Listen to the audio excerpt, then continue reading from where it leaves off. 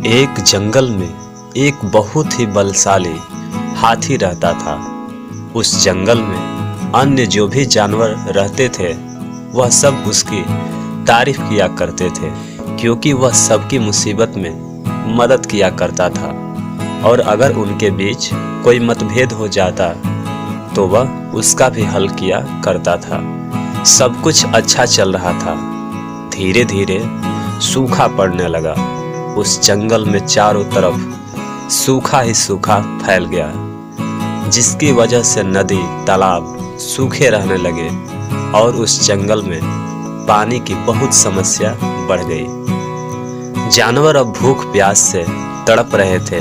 बहुत से जानवर जंगल छोड़कर दूसरी तरफ जाने लगे। हाथी को अपने जंगल से बहुत प्यार था। वह उसे छोड़ना नहीं चाहता था, क्योंकि उसका बचपन और उसके माता पिता की यादें जंगल से ही जुड़ी हुई थी। लेकिन आखिरकार जब जंगल में कुछ नहीं बचा तो उसने भी यह तय किया कि उसे भी दूसरे जंगल की तरफ रुख मोड़ देना चाहिए, जहां पर पानी और खाना भरपूर हो।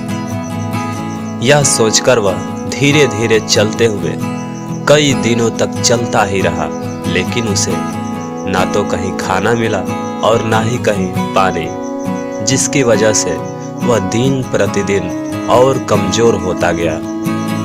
काफी दूर जंगल में जाने के बाद उसे एक छोटा सा तालाब दिखा, जिसमें थोड़ा सा ही पानी था।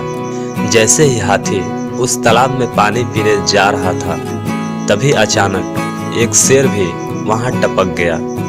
हाथी ने जैसे ही पानी पीने के लिए अपना सूंड तालाब की तरफ आगे बढ़ाया तो शेर ने उसको रोक दिया और बोला, पहले पानी मैं पीऊंगा, उसके बाद पीना, समझे?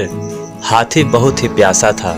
उसने शेर से विनती की, मैं बहुत दूर से चलकर आ रहा हूँ। कई दिनों से मैंने कुछ नहीं खाया। प्यास के मारे मेरा बुरा हाल है। मैं आपसे विनती करता हूँ कि कृपया पानी मुझे पी लेने दीजिए। इस पर शेर को गुस्सा आ गया और उसने हाथी पर हमला करने का सोचा और दोनों लड़ने लगे। दोनों की लड़ाई काफी देर तक चले। हालांकि सूखा पड़ने की वजह से शेर भी बहुत कमजोर हो गया था और हाथी भी, जिसकी वजह से जल्द ही वे दोनों थक गए और वहीं पर गिर पड़े। पास में ही एक बड़े से गीदड़ों का एक झुंड यह सब चीजें देख रहा था। हाथी और शेर की लड़ाई को देखकर गीदड़ों ने आपस में सोचा, यह तो बहुत अच्छा हो रहा है। यह दोनों मोटे ताजे लड़ के मर जाएंगे और हमारे आज के भोजन का इंतजाम हो जाएगा। जब हाथी और शेर ने उनकी तरफ देखा तो उनकी चाल समझ गए। वह जान गए कि वह लोग इस फिराक में हैं कि जैसे ही दोनों लोग मर जाएंगे तो वो सब मिलकर उन दोनों को खा जाएंगे। तभी हाथी को एक तरकीब सूझी। उसने शेर से बोला, क्यों न हम दोनों साथ में थोड़ा थोड़ा पानी पी लें और यहाँ से चलते बने। पास में ही गिद्धड़ों का झुंड हमारी मौत का इंतजार कर रहा है। अगर हमने यहाँ पर लड़ाई झगड़ा किया और एक साथ ना हुए तो हम दोनों का ही इसमें भारी नुकसान होगा। शेर को हाथी की यह बात सुनकर अपनी गलती का एहसास हुआ और वह उसकी बात मान गया और बोला, तुम सही कह रहे हो भाई, हम दोनों ही इस समय बहुत कमज़ोर हैं। अकेले हम इनका सामना भी नहीं कर पाएंगे। बेहतर यही है कि हम साथ मिलकर पानी पिए और यहाँ से निकल जाएं। शेर ने और हाथी ने यही किया।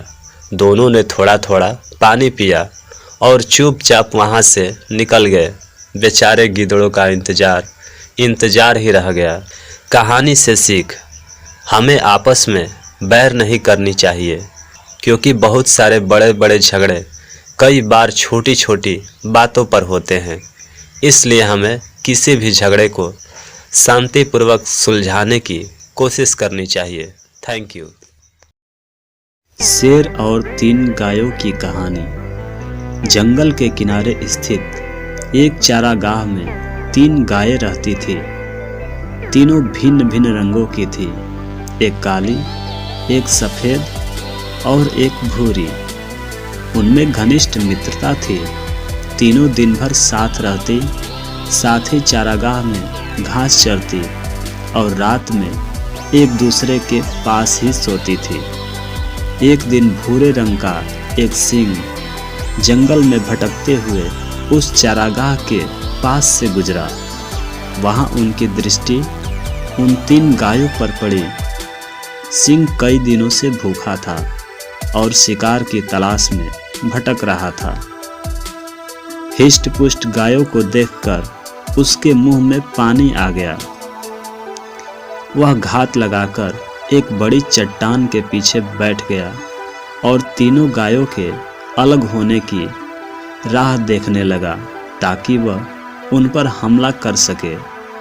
समूह में उनका सामना करना उसके लिए अत्यंत मुश्किल था, किंतु पूरा दिन बीत जाने के बाद भी तीनों गायें एक दूसरे से अलग नहीं हुई। दूसरा दिन भी इसी तरह बीता। 3 दिन तक सिंह प्रतीक्षा करता रहा, किंतु ऐसा अवसर नहीं आया जब तीनों गायें साथ न हो। आखिरकार सिंह के धैर्य ने जवाब दे दिया। अब वह ऐसा उपाय सोचने लगा जिससे तीनों गायों में अलगाव हो जाए। उपाय दिमाग में आते ही वह गायों के पास गया और उनका अभिवादन करते हुए बोला, नमस्कार मित्रों, आप लोग कैसे हैं? मैं यहाँ से गुजर रहा था तो आप लोगों को देखा, सोचा मिल लूं। काली और सफ़ेद गाय ने सिंह के अभिवादन का कोई उत्तर नहीं दिया, क्योंकि वे उनकी प्रकृति पहले से ही जानते थे। किंतु भूरी गाय ने सिंह का अभिवादन स्वीकार करते हुए प्रसन्नतापूर्वक उत्तर दिया, मित्र, तुमसे मिलकर बहुत खुशी हुई। काली और सफ़ेद गायों को भूरी गाय का सिंह से बात करते हुए अच्छा नहीं लगा। वे जानते थे कि सिंह विश्वास योग्य नहीं है। सिंह शिकार के लिए ही अन्य जानवरों की खोज में रहता है, न कि मित्रता के लिए। दिन गुजरने लगे। भूरी गाय का सिंह के प्रति लगाव और बढ़ने लगा। काली और सफ़ेद गायों के समझाने के बावजूद भी भूरी गाय ने सिंह से मित्रता कायम रखी। एक दिन सिंह भूरी गाय के पास आकर बोला, तुम तो देख रही हो हमारे शरीर का रंग गाढ़ा है और सफ़ेद गाय का हल्का रंग गाढ़े रंग से भिन्न होता है। अच्छा होगा कि मैं सफ़ेद गाय को मारकर खा जाऊं। इस तरह हम सब में कोई अंतर नहीं रहेगा और हम अच्छे से साथ में रह पाएंगे। भूरी गाय ने सिंह की बात मान ली और काली गाय को एक तरफ ले जाकर उसे अपनी बातों में व्यस्त कर दिया। इधर सफ़ेद गाय को अकेली पाकर सिंह ने उसे मारकर खा गया। कुछ दिन गुजरने के बाद सिंह फिर से भूरी गाय के पास आया और बोला, तुम्हारे और मेरे शरीर का रंग बिल्कुल एक समान है, किंतु देखो काली गाय का रंग हमारे रंग से नहीं मिलता। इसलिए मैं ऐसा करता हूँ कि काली गाय को मारकर खा लेता हूँ। इस तरह हम एक रंग के प्राणी ही यहाँ हंसी खुशी रहेंगे। भूरी गाय ने फिर से सिंह की बात मान ली और काली गाय को अकेला छोड़कर दूर चली गई। इधर सिंह ने मौका देखकर काली गाय पर हमला कर दिया और उसे मारकर खा गया। अब भूरी गाय चारागाह में अकेली रह गई। सारा दिन वह अकेले घूमती और घास चरती रहती। वह बहुत ही प्रसन्न थी। उसे ऐसा लगने लगा था कि वह एकलौती ऐसी प्राणी है जिसका रंग सिंह के रंग से मिलता जुलता है। वह स्वयं को सिंह के समकक्ष समझने लगी थी। कुछ दिन बीतने के बाद सिंह को फिर से भूख लगाई। वह भूरी गाय के सामने आया और जोर से दहाड़ा। सिंह का ये रूप देखकर भूरी गाय डर गई। सिंह उससे बोला, आज तुम्हारी बारी है, आज मैं तुम्हें मारकर खा जाऊंगा। भूरी गाय डर से थर थर काँपने लगी और बोली, किंतु मैं तो तुम्हारी मित्र हूँ। तुमने मुझसे जैसा कहा मैंने वैसे ही किया। तुम मुझे कैसे खा सकते हो? सिंह ने फिर से दहाड़ लगाई और बोला, मूर्ख गाय, मेरा कोई मित्र नहीं है।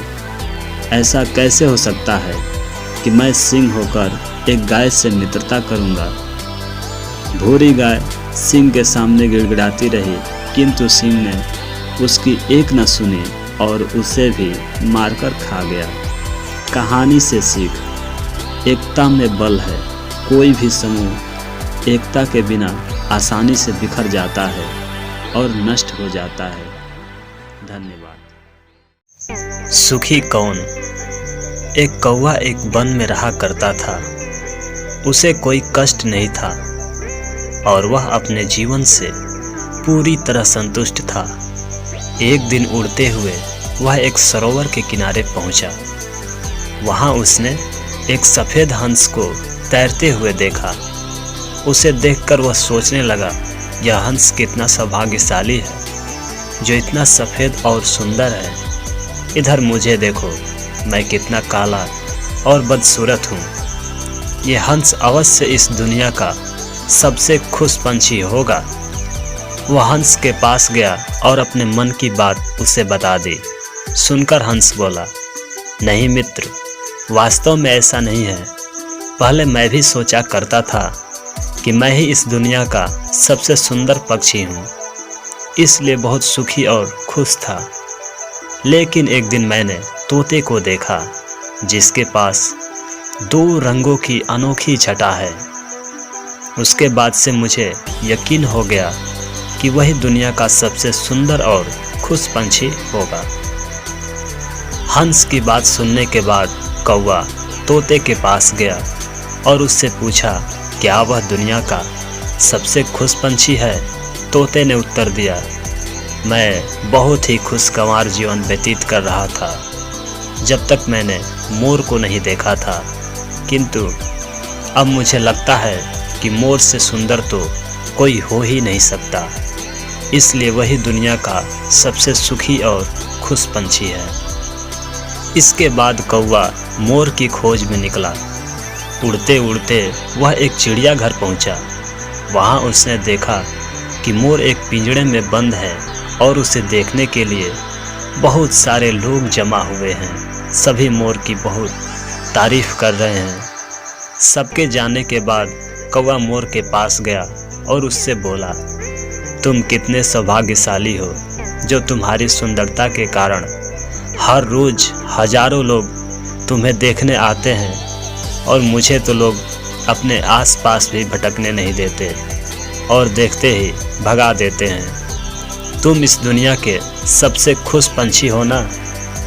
कौवे की बात सुनकर मोर उदास हो गया। वह बोला, मित्र, मुझे भी अपनी सुंदरता पर बड़ा ही गुमान था। सोचा करता था कि मैं इस दुनिया का क्या बल्कि पूरे ब्रह्मांड का सबसे सुंदर पंछी हूँ, इसलिए खुश भी बहुत था। लेकिन मेरी यही सुंदरता मेरी शत्रु बन गई और मैं इस चिड़ियाघर में बंद हूँ। यहाँ आने के बाद इस पूरे चिड़ियाघर का अच्छी तरह मुआयना करने के बाद मैं इस नतीजे पर पहुँचा हूँ कि कौवा ही एक ऐसा पंछी है जो यहाँ कैद नहीं है।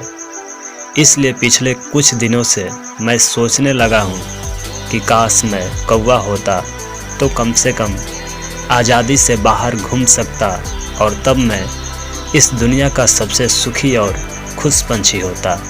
कहानी से सीख, हम हमेशा दूसरों को देखकर व्यर्थ ही स्वयं की तुलना करके उनसे दुखी हो जाते हैं। भगवान ने सबको अलग बनाया है और अलग गुण दिए हैं। हम उसका महत्व नहीं समझते और दुख के चक्र में फंस जाते हैं। इसलिए दूसरों के पास जो है उसे देखकर जलने के बजाय हमें हमारे पास जो है उसके साथ खुश रहना चाहिए। Thank you. एक गरीब किसान की कहानी। एक गांव में एक अमीर जमींदार रहता था। उसे अपने पैसों पर बड़ा घमंड था। जितने अधिक पैसे उसके पास थे उतना ही वह कंजूस भी था। अपने खेतों में काम करने वाले किसानों से वह खूब काम करवाता, मगर पगार कौड़ी भर भी नहीं देता। मजबूर किसान मन मारकर उसके खेतों में काम करते। उसी गांव में रामू नामक एक किसान रहता था। उसके पास थोड़ी सी ही जमीन थी। उसी में खेती बाड़ी कर वह अपना और अपने परिवार का गुजारा बसर चलाता था। रामू बड़ा ही मेहनती था। वह दिन भर अपने खेतों में काम करता और अपनी मेहनत के दम पर इतनी फसल प्राप्त कर लेता कि अपने परिवार के लिए 2 वक्त की रोटी जुटा सके। गांव के बाकी किसानों के पास रामू के मुकाबले अधिक जमीनें थी। वे रामू की मेहनत देखकर हैरान होते कि कैसे इतनी सी जमीन में वह इतनी फसल उगा लेता है। एक साल गांव में भयंकर सूखा पड़ा। बिना बारिश के खेत खलिहान सूखने लगे। गरीब किसानों के पास सिंचाई की कोई व्यवस्था न थी। वे सिंचाई के लिए बारिश पर ही निर्भर थे, इसलिए उनकी सारी फसल बर्बाद हो गई। रामू के साथ भी यही हुआ। अपने छोटे से खेत में वह किसी तरह अपने परिवार का पालन पोषण कर रहा था। अब उनके सामने भूखों मरने की नौबत आ गई। मजबूरी के कारण वह गांव के जमींदार के पास कर्ज मांगने गया। जमींदार कंजूस तो था। उसने सोचा कि यदि रामू को पैसे दिए तो यह लौटा नहीं पाएगा, इसलिए इसे अपने खेतों में काम पर रख लेता हूँ। मेहनती तो है ही और मजबूर भी। कम पैसे में दोगुनी मेहनत करवाऊंगा। उसने रामू से कहा, देख रामू, मैं तुझे कर्ज तो नहीं दे सकता, लेकिन तेरी इतनी मदद कर सकता हूँ कि तुझे अपने खेत में काम पर रख लेता हूँ और तुझे महीने के 1000 रुपया दे दिया करूँगा। रामू बोला, पर मालिक, दूसरे किसान तो 2000 पाते हैं। जमींदार बोला, करना है तो कर, वरना मेरे पास किसानों की कमी नहीं। मजबूर रामू क्या करता, हामी भरकर घर लौट आया। अगले दिन से जमींदार के खेत में काम करने लगा। मेहनती तो वह था ही। वह खूब मेहनत और लगन से काम करता। उसने 4 महीने का काम 2 दिन में ही कर दिया। यह देख जमींदार बड़ा खुश हुआ, लेकिन इसके मन में मक्कारी जाग उठी। उसने सोचा, 4 महीने के काम तो इसने 2 ही महीने में कर दिया, क्यों न इसे काम से हटा दूं। इससे मेरे 2 महीने के पैसे बच जाएंगे। उसने रामू को बुलाया और 2 महीने के ही पैसे देकर कहा, रामू, ये ले तेरे पैसे, कल से मत आना, अब मुझे तेरी ज़रूरत नहीं। ये सुनकर रामू परेशान हो गया। बड़ी मुश्किल से उसका घर चल रहा था। अब अपने परिवार का भरण पोषण कैसे करेगा। वह जमींदार के सामने गिड़गिड़ाने लगा कि उसे काम से ना निकाले, लेकिन जमींदार ने उसकी एक न सुनी और उसे काम से निकाल दिया। रामू आंखों में आंसू लेकर घर लौटा। चिंता से रात भर उसे नींद नहीं आई। सुबह उठकर उसने फैसला किया कि वह फिर से जमींदार के पास जाएगा और उनसे विनती करेगा कि उसे वापस काम पर रख ले। वह जमींदार के घर के सामने जाकर बैठ गया। सुबह उठकर जमींदार अपने घर से बाहर निकला तो रामू को घर के सामने बैठा हुआ देखा। उसने रामू से पूछा, क्या हुआ रामू, क्यों आया है? रामू जमींदार के पैरों पर गिर पड़ा और गिड़गिड़ाते हुए बोला, मुझ पर दया कीजिए मालिक, मुझे काम पर रख लीजिए, मेरा परिवार भूखा मर जाएगा। जमींदार ने उसकी एक न सुनी और उसे धक्के मार के वहां से निकाल दिया। रामू उस समय तो वहां से चला गया, लेकिन अगली सुबह फिर सेठ के घर के सामने जाकर बैठ गया।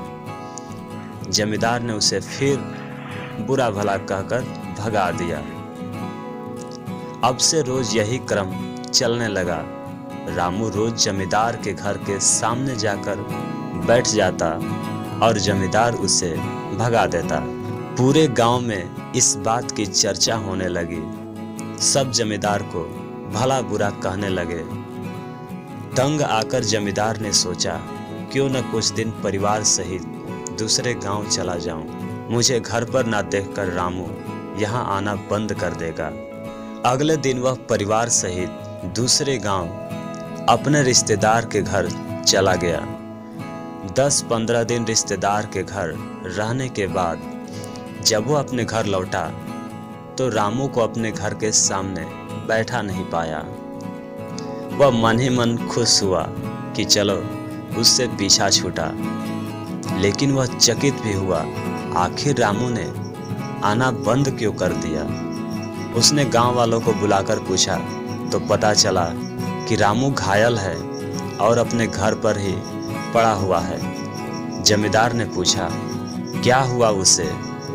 तब एक जमींदार ने कहा, मालिक, आप जब दूसरे गांव चले गए थे तब भी रामू आपके घर के सामने बैठा रहता था।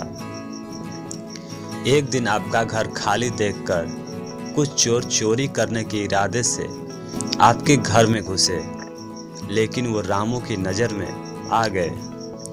रामू अपनी जान की परवाह न कर उनसे उलझ गया और उन्हें भगा दिया। उनके बीच हुई हाथापाई के कारण रामू घायल हो गया। ये जानकर जमींदार को खुद पर शर्म आने लगी कि उसने रामू के साथ कितना बुरा किया। इसके बाद भी रामू उसके घर चोरी होने से बचाने के लिए चोरों से उलझ गया। वह पछताने लगा। उसने रामू के घर जाने का फैसला किया।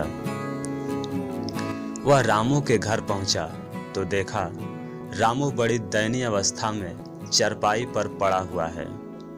उनके बच्चे भूख से बिलख रहे हैं। यह देख जमींदार का दिल भर आया।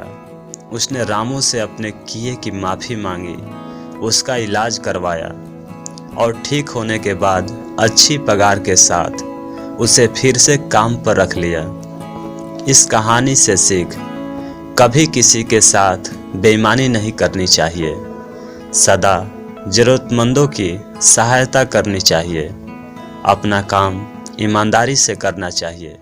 धन्यवाद।